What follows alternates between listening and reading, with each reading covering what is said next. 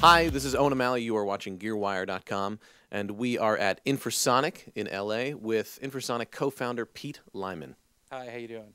So, Pete, tell me about sort of how you got into doing mastering and kind of how this studio came about. Well, yeah, I think it's been about 10 years now. I was with a friend that owned a record label, and I walked into a mastering studio in Hollywood that belonged to Richard Simpson, and just I had no plan to. I mean, I was playing in bands, and I had started to dabble in recording, and I had, you know, rec been through a bunch of recording sessions with my band and that sort of thing, but I never really thought too much about mastering. And we went in to have some lacquers cut, and I was able to watch the whole thing, and I remember leaving that day, and I couldn't stop thinking about it. And a couple days later, I walked back into Richard's studio, and I was like, is there any way I can, you can teach me how to do this? I'll do whatever.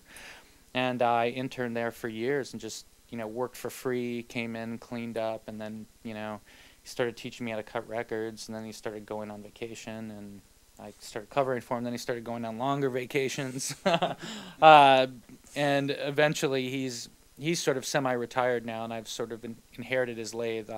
In the last couple years, we moved his operation from Santa Monica and Hollywood over here, and during that time, obviously, I was getting involved in the digital end and recording and digital mastering as well, and we sort of built these studios.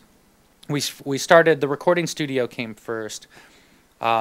We have 3 buildings here. We have our recording studio, which is about 2,000 square foot, the mastering room, and an office up front. So we built the recording studio. The mastering studio has been here for about 4.5 years, at least in this sort of format. And then that's where we're at right now. So, would you say that when you sort of got into engineering and mastering, was it primarily recording, or were you interested in mastering first? Well,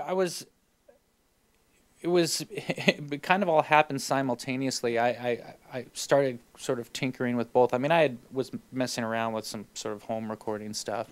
To me, mastering and recording isn't as separate as everyone likes to think it is. And I know in the mastering world, it's almost taboo to say that you're like, it's like some people think that just because you're a mastering engineer, you have to you can't set foot in a recording studio anymore. You can't mix records anymore because there's no possible way that you could handle those 2 disciplines and be good at them, So, I mean, as a person that I consider myself a mastering engineer, but I'm still mixing records, and I still love mixing records. Granted, that's not really what I do for a living. I mean, I'm primarily mastering, but I'm, not going to give that up just to only, be stuck mastering. But I love doing this. So it's kind of, they kind of go hand in hand to me. I mean, I think that in order to be a really good mastering engineer, you have to at least understand the basics of multi-track recording.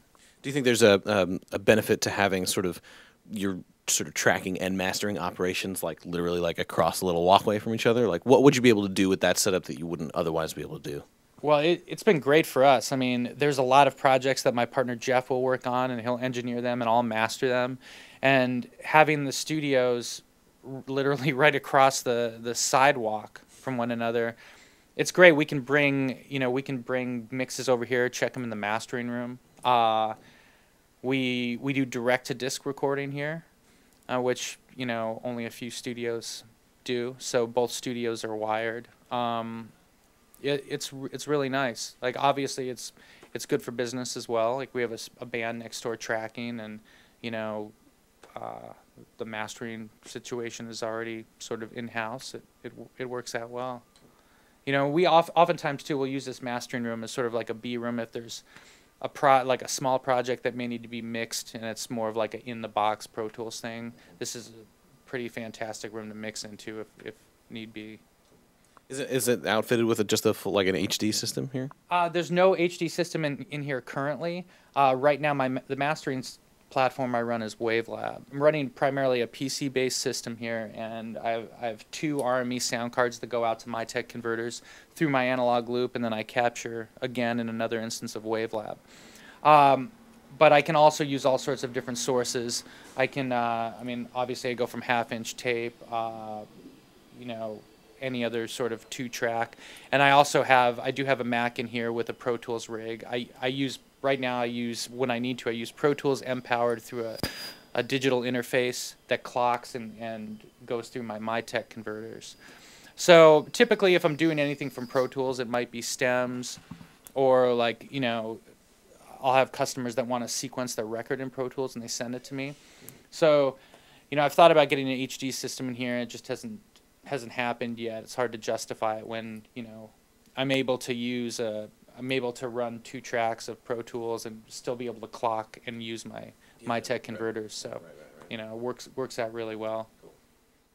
So talk about this room and the thought that went into designing this room.